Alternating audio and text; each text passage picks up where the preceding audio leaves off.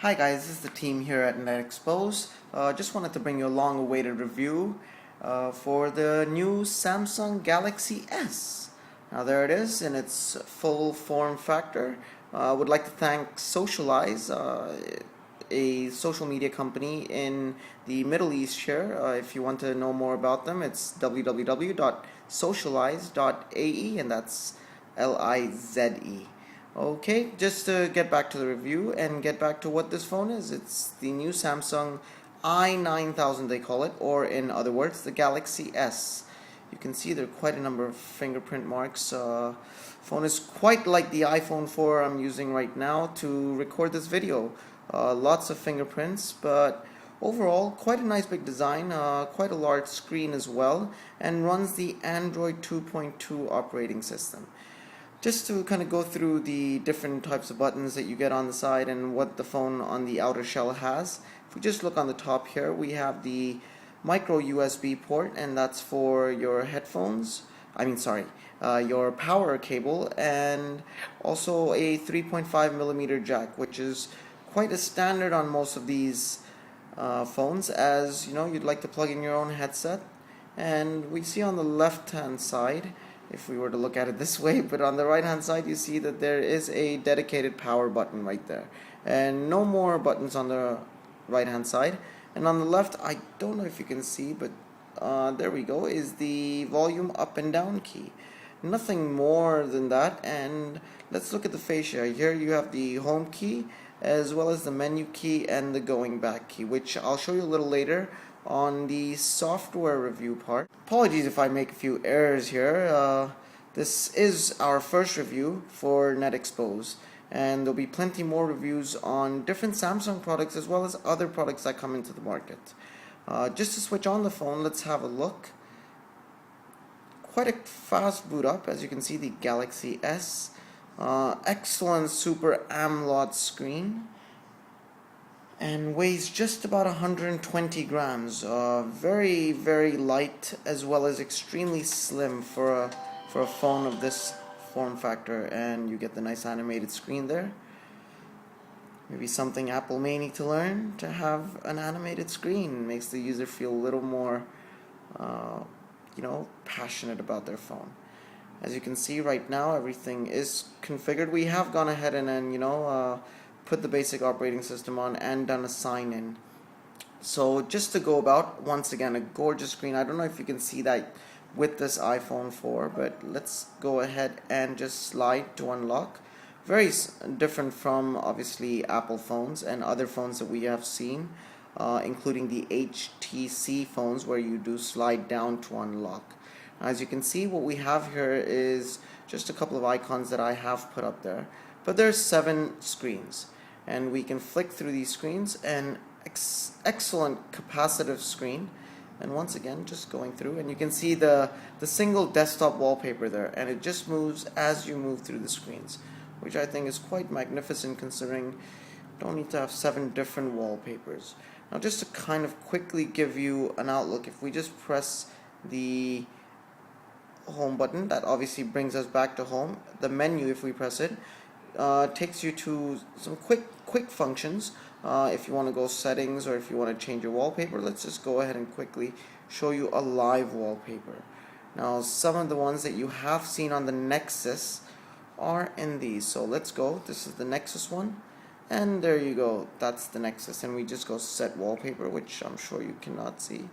But again, the screen is absolutely gorgeous. We are talking quite a high resolution. Obviously not as high as the Retina wallpaper of the iPhone 4, but definitely does the job when it comes to how good it looks. And we can see that there's some dedicated buttons. We've already connected to the Wi-Fi, but some dedicated buttons for Google search. And let's just go to applications. And this is how the application screen comes up. Most of you may say, again, very similar to Apple, the way it is, and you can just flick through your applications. It's not the scrollable ones that the HTC provide in their phones, and as well as the Google Nexus, and I think the Nexus 2 coming out sometime next year. Just wanted to show you a couple of things. Now, obviously there are a few things that a lot of people have talked about, how fast the processor is, etc., etc. What I like to concentrate on are just a couple of things. One is, the ease of use. If we go to if I go back, I think one of the easiest way to get it is the settings menu. If we just look at settings, you can see everything is pretty much controlled here like you'd expect. Everything from your wireless networks to you can set up your 3G as well as your SD card, and obviously setting up all the different settings of your phone. Now, just going back to the things that really make a difference and really are important to a lot of people. Now, in my case, the maximum usage for me, or for a lot of people, is the camera. So if we just were to have a look at the camera, and I will be posting some pictures that I have taken of, that I have taken basically using this phone. And as you can see, if you were just to look at it, what we can do is obviously zoom into a particular area. And if I was just going to take a picture here, sorry about the mess there, but cannot see it, but I will post that shot up, just for you to have a look at it. And just to show you here, we have a small arrow. Now here you can set up obviously your different resolutions. You can flip the camera left, obviously to the front camera, and then you can adjust things like exposure, etc. A very nice camera. I'm sorry, I'm a little biased towards the iPhone 4 as I use it myself, but I think next to the iPhone 4, this probably has one of the best cameras. It's usually not the amount of megapixels, but it's the quality and especially the color combination and the contrast, everything that the phone does provide. Just to go on a top-down view, sorry. I'm sure you can have a look. Some of the common settings of an Android phone is obviously, your pull-down notifications. And something they have added is things like auto rotation, your GPS, turning, your phone off silent and on silent, etc. So, pretty good. And just flicking it back up, and we can see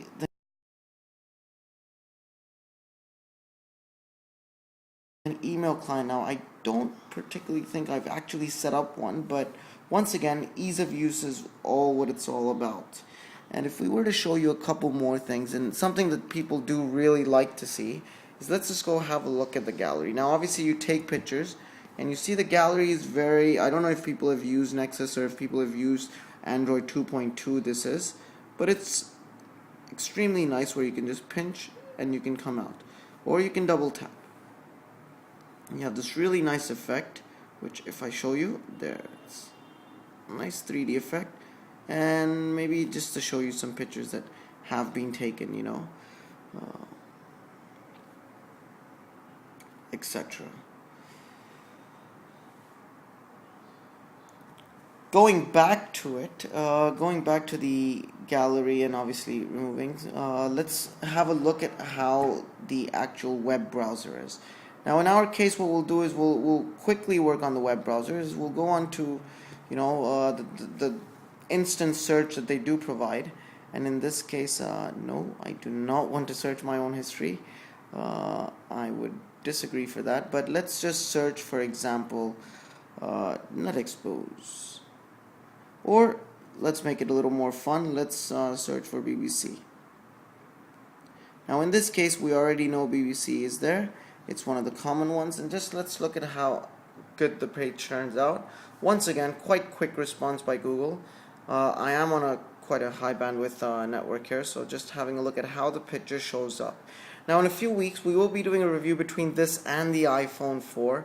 Once again, a lot of reviews that do compare both phones.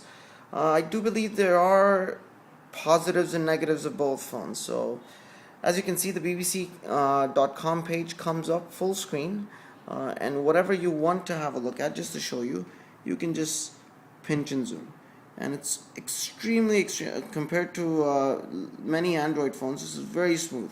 So just flick and we can work on it. And once again, going to different parts, so we've just clicked on, I think it was netball. Yes, do love the netball. Okay, pardon my imagery there, but that is basically what it is that's the web browser. Once again, I think it's an amazing web browser, very quick, doesn't hang about, and excellent pinch to zoom functions from before. And let's go to a few other things that we can show you, and one is especially the widgets. Now, on any Android phone, when you tap and keep it pressed, you can add widgets. Now, for example, I think Samsung have provided quite a number of widgets, and let's just, for example, put daily clock. Now here what you can do is you can add your daily clock, and you can add another one. Now, for example, I added London. I can put it to China, and I can say okay, automatic, and it will also provide me the 2 other different destinations. And I can have as many clocks as I want, obviously 2 clocks there, and I can go ahead and set different time zones. For example, part of the Net Exposed team, most of it is in the UK, and some parts in India, you wouldn't believe, but that's how exactly it is when you come to the widgets. Now, one thing a lot of people do always look at, and that is how easy it is to message. Well, being an iPhone 4 user, I am pretty quick, so I'm gonna do this with one hand. It's a little difficult, but we're gonna very easily type, hi, how are you? So if I was just to say hi, how, that's pretty good. Now, I don't know, maybe someone can show it, but there we go. Hi, how are you? Got it round first time. And if we were to switch it over, hi, how are you? Just zoom in there. I am the best person in the world.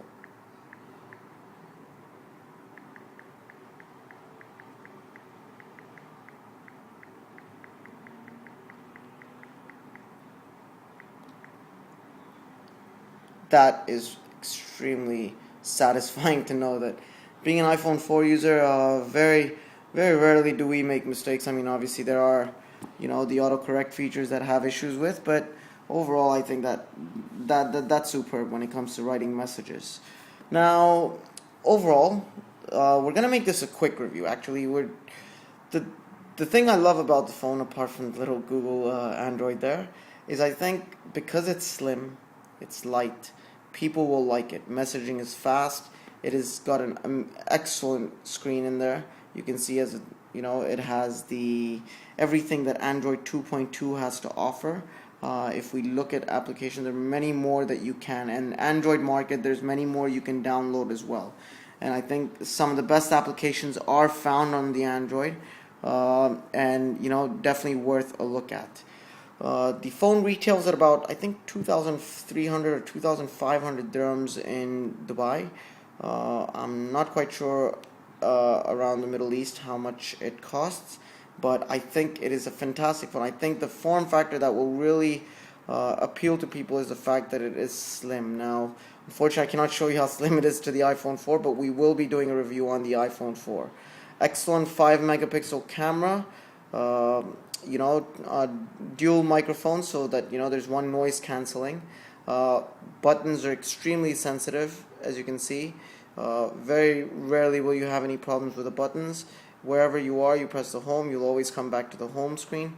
I think they've done a fantastic job, and especially when you look at so many phones in the market with volume buttons, silent buttons, etc.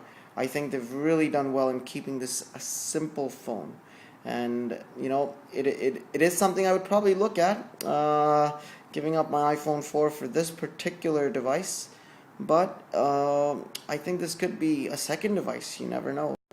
Well, that's it for the Samsung Galaxy review.